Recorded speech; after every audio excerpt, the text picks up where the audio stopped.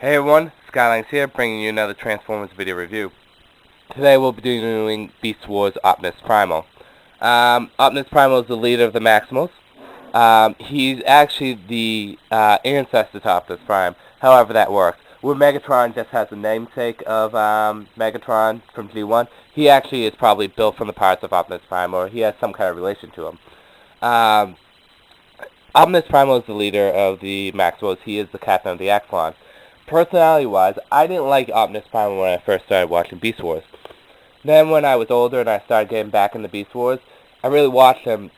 I really admired Optimus Primal because he's a young captain and he's a young leader and he makes mistakes.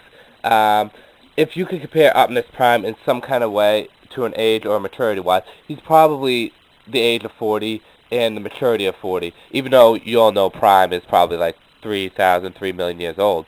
Um, Optimus Primal, he's a young captain, he's a young leader, so he really doesn't know what he's getting himself into, and he's probably has the maturity of an early 30-year-old. Um, he makes mistakes, and that's okay because he is so young, and he does make those mistakes. But he is everyone's hero. He really is. Even to people like Rhinox or Dinobot or anyone, he is the hero. He does his best for the team, and he does make his mistakes, but that's okay. Um, Skill-wise, Optimus Primal, he may not be as skilled as, say, Depth Charge or Dinobot, but he has the armament and he does have elite class skill. It doesn't really show off throughout the series, but he is an elite class fighter. He doesn't rely on skill so much as he relies on brain power. He's just so smart and innovative that he can take any situation and turn it to his advantage. Throughout the Beast Wars, he's very accepting of everyone. He accepts Black Arachnia into the ranks, knowing that she's a cold-hearted Predacon, and he even accepts Dinobot, knowing that Dinobot is a Predacon, but he sees honor and respect to Dinobot, so he's very accepting of everyone. He's very forgiving of everyone. The problem is Optimus Primal has two problems with him. One is he's very gullible.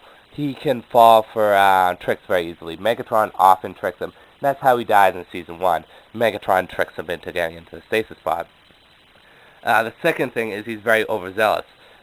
He rushes into battle a little too quickly. Where Rhinox and Dinobot kind of say, hey, let's hold back and think about this, he rushes into battle really, really quickly. And he doesn't really think about what could happen. An example of this would be in the episode where Tigatron is brought online. Dinobot says, well, Megatron doesn't think like anyone else. I know how Megatron thinks. Let me go out there and scan. Dinobot scans and he doesn't see anything. He comes back up. He says, you know what? Let's just hold off here because you know what? Megatron's going to do something. I know he is. I think it's best that we have some kind of defense plan. And Megatron says, whatever, I'll just go out there. If he's not out there, I'll do something. And he gets shot down by Waspman and Pterosaur. But, whatever. That's Primal. He does have those few mistakes. And I just want to throw in this now. I'm going to make this a two-part review because this figure is so great. And Primal is such a dynamic figure. I want to get into him overall. Anyways, throughout Season 1, he's a very young-like leader. And he really looks out for everyone. He does die at the end of Season 1. In the beginning of Season 2, he died through the Planet Buster. I should have probably mentioned that. He sacrificed himself. And it's pretty cool because if you watch, you can actually see his body explode if you pause at certain parts. But it's Season 2, the beginning, Rhinox. Apparently, the Maximal upgrade allows your Spark to be able to live outside your body for X amount of time, even before you return to the Allspark. Before Optimus Primal returned to the Allspark, Rhinox plucked his Spark from, I don't know, some different dimension. Because one can assume that the Allspark lives outside of dimensions in its own right. Primal Spark was probably traveling to that dimension to join the Allspark. Rhinox plucked it from the Allspark, put it into a stasis pod that was empty, that was a blank portal form, that happened to get hit by the transmetal wave, and Primal got it back. And it can assume that the Spark retained all his memory because he remembered everything that happened. So anyways, Primal returns, Transmetal. He's a lot more battle-worn when in Season 2. He makes a lot more better decisions. And he's a lot more of a stronger leader. Again, he's very forgiving, and he is very gullible, but he's less gullible now. And he's less overzealous. He doesn't go into things so much. Um, Season 2 really concludes with Ravage coming in, and he trusts Ravage, and he believes that they actually defeated the Predacons. Of course, when he realized Megatron was going to go after the original Optimus Prime, this changes a lot of things. So Primal goes and he tries to stop Megatron, but it was too late. Megatron blasted Prime's head into oblivion. With what was left of Prime, Primal took Prime Spark in a form of self-sacrifice, because you don't really know what happens when you mingle two sparks together. And he became Optimus. In Season 3, he was very, very much like Optimus Prime. He was very, very self-sacrificing, very smart. He was very caring, and he did a lot of things that is reminiscent to his ancestor.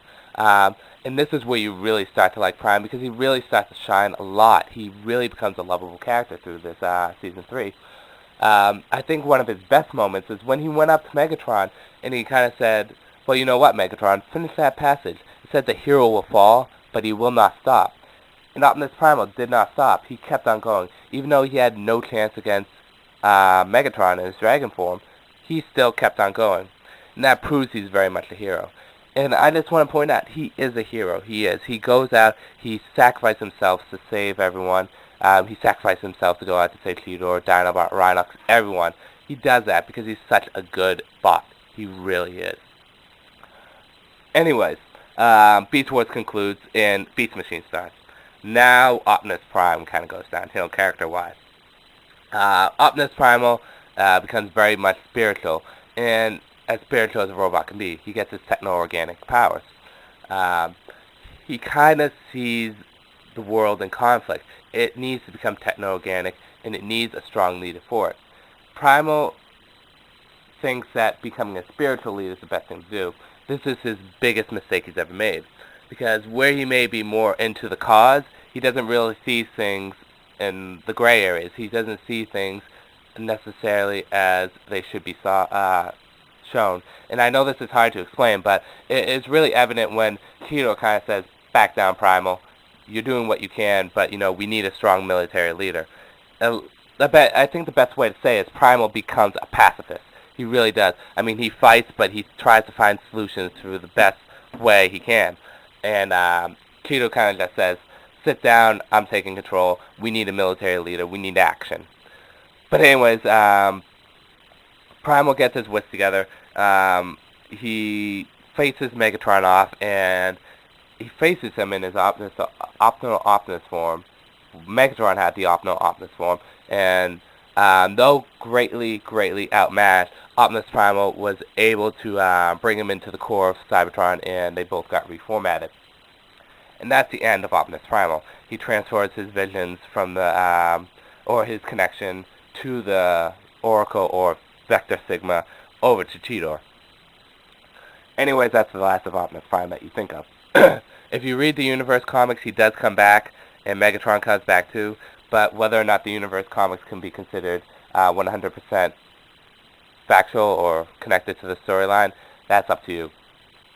Anyways, that's Optimus Primal. I'm doing one review to describe Optimus Primal, and then I'm going to do another review to do his transformation in his robot mode. Optimus Primal and Megatron, I'm going to do 2 reviews, because they're such dynamic characters, and they're so important in the storyline, and the toys are so big, and they have so much to them, that I kind of have to do 2 reviews. So anyways, I'm going to stop now. This is going to be part 1. Look on YouTube. Part 2 is going to come up real soon, okay?